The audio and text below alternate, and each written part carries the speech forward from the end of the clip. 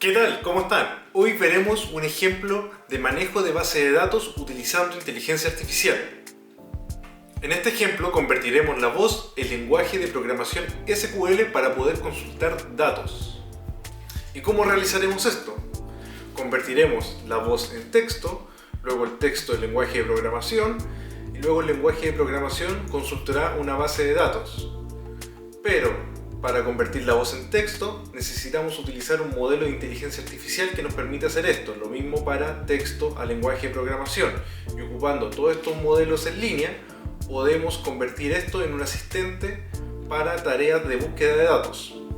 En este ejemplo filtraremos una base de datos con la voz. Entonces ejecutaremos el programa nos pedirá un comando de voz y este comando de voz lo aplicará sobre la base de datos que se verá reflejada en esta ventana.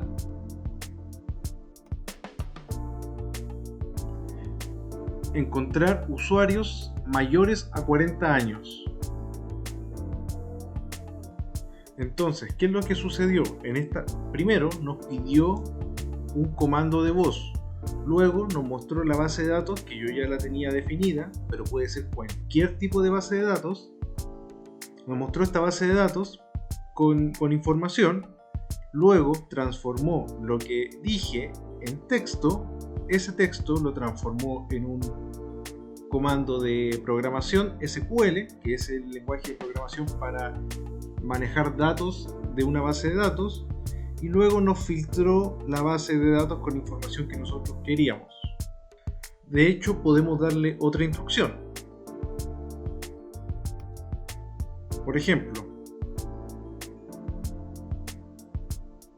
encontrar usuarios de la ciudad de Santiago.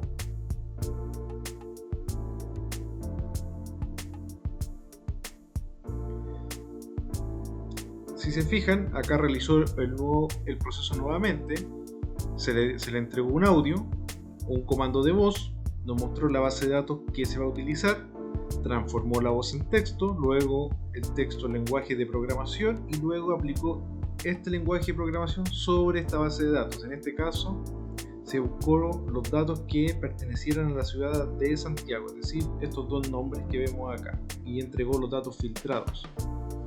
Esta herramienta, si bien acá se ve bien rústica por decirlo de alguna forma, se puede aplicar con bases de datos complejas y de hecho se puede mejorar la interfaz, es decir, la forma en cómo estamos viendo los datos y de hecho cómo consultamos los datos.